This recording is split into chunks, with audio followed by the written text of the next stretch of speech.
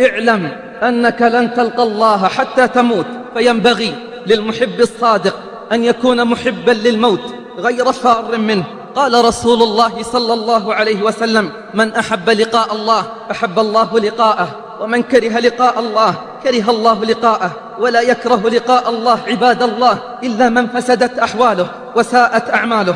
فالمحب الصادق عباد الله يذكر الموت دائما، لأنه موعد لقاء الحبيب، وهو لا ينسى موعد لقاء حبيبه. روي أن ملك الموت جاء إلى إبراهيم عليه السلام ليقبض روحه، فقال له إبراهيم عليه السلام: هل رأيت خليلا يميت خليله؟ فأوحى الله إليه: يا إبراهيم، هل رأيت حبيبا يكره لقاء حبيبه؟ قال: فأوحى الله إلى إبراهيم: يا إبراهيم، هل رأيت حبيبا يكره لقاء حبيبه؟ فقال إبراهيم عليه السلام: يا ملك الموت، اقبضني الآن. ولما خير نبينا صلى الله عليه وسلم بين الحياة الدنيا ولقاء الله عز وجل، قال: بل الرفيق الأعلى، بل الرفيق الأعلى. يقول ابن الربيع بن خثيم: لما احتضر أبي بكت أختي، فقال لها: يا بني لا تبكي، ولكن قولي يا بشرى، فاليوم ألقى ربي. وكانت امرأة متعبدة تقول: والله لقد سئمت الحياة، ولو وجدت الموت يباع لاشتريته، شوقا إلى الله تعالى وحبا للقائه. فقيل لها: أفعلى ثقة أنت من عملك؟ فقالت: لا، ولكن لحبي إياه وحسن ظني به اشتقت إلى لقياه. أفتراه يعذبني وأنا أحبه؟ أفتراه يعذبني وأنا أحبه؟ قلت أنا: لا والله، فإنه يحبهم ويحبونه. وما أحسن حسن الظن والرجاء بالله، فمن أحب شيئا أحسن ظنه به ورجاه. مرض إعرابي فقيل له: إنك تموت. قال: وأين يذهب بي؟ قالوا: إلى الله عز وجل. قال: فما أجمل الموت وما أجمل لقاء الله، إنه حسن الظن بالله. ومن أحب شيئا أحسن الظن به. واسمع كلام العارفين بالله الراجين رحمته. قال أيوب السختياني: إن رحمة قسمها في دار الدنيا وأصابني منها الإسلام، إني لأرجو من 99 رحمة ما هو أكثر من ذلك. وقال بعض العباد: لما علمت أن ربي عز وجل هو الذي سيحاسبني زال عني حزني، لأنه الكريم الذي إذا حاسب عبده تفضل.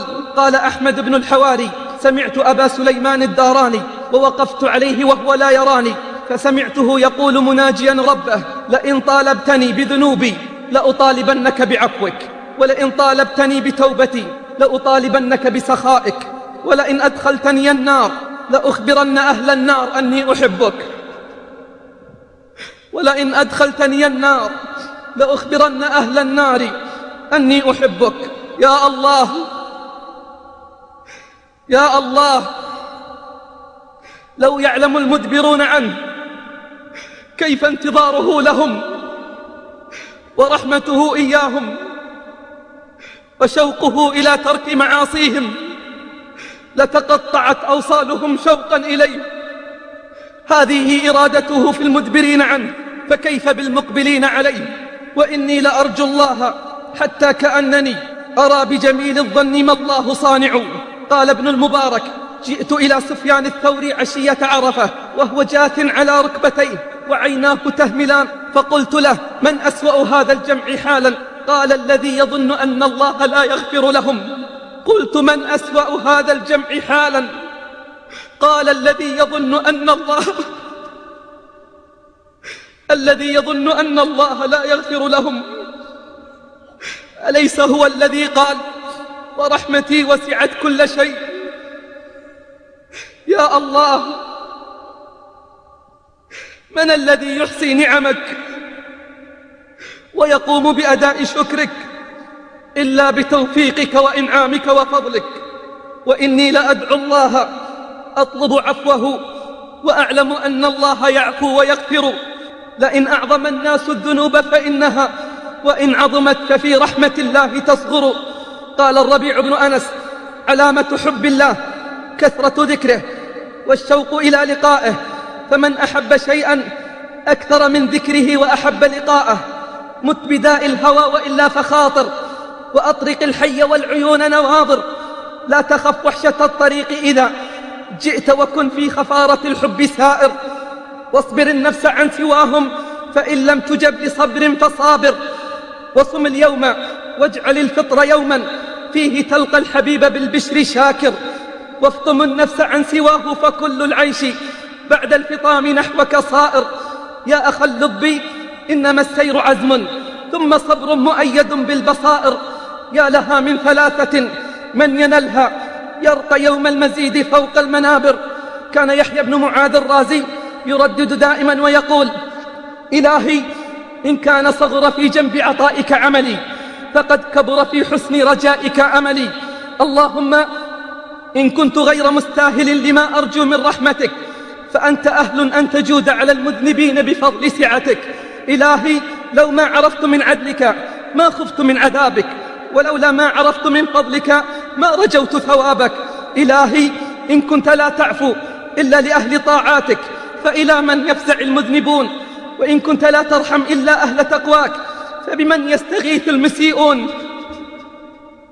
إلهي إن كنت لا تعفو إلا لأهل طاعتك، فإلى من يفزع المذنبون؟ وإن كنت لا ترحم إلا أهل تقواك، فبمن يستغيث المسيئون؟ إلهي أين يذهب الفقير إلا إلى الغني؟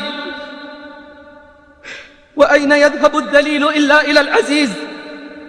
وأنت أغنى الأغنياء وأعز الأعزاء يا أرحم الراحمين. قال الجنيد: من كان الله همه طال حزنه. فقال الشبلي: لا يا أبا القاسم، بل من كان الله همه زال حزنه. بل من كان الله همه زال حزنه. وكان لعنبسة الخواص غلام كثير الصلاة كثير البكاء، فسأله يوما عن سبب كثرة بكائه، فقال: قطع ذكر العرض على الله أوصال المحبين. قال: ثم جعل يحشرج حشرجة الموت ويقول: أتراك تعذب من يحبك؟ أتراك تعذب من يحبك وأنت الحي الكريم؟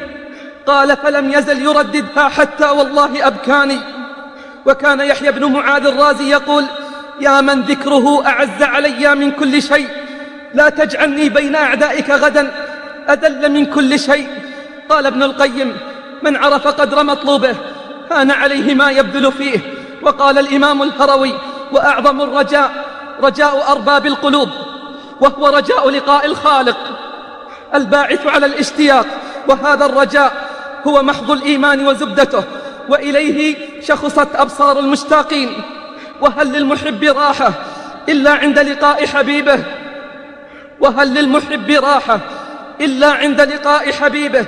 فاتخذ الله صاحبا ودع الناس كلهم جانبا. وهل للمحب راحة إلا عند لقاء حبيبه؟ فاتخذ الله صاحبا ودع الناس كلهم جانبا.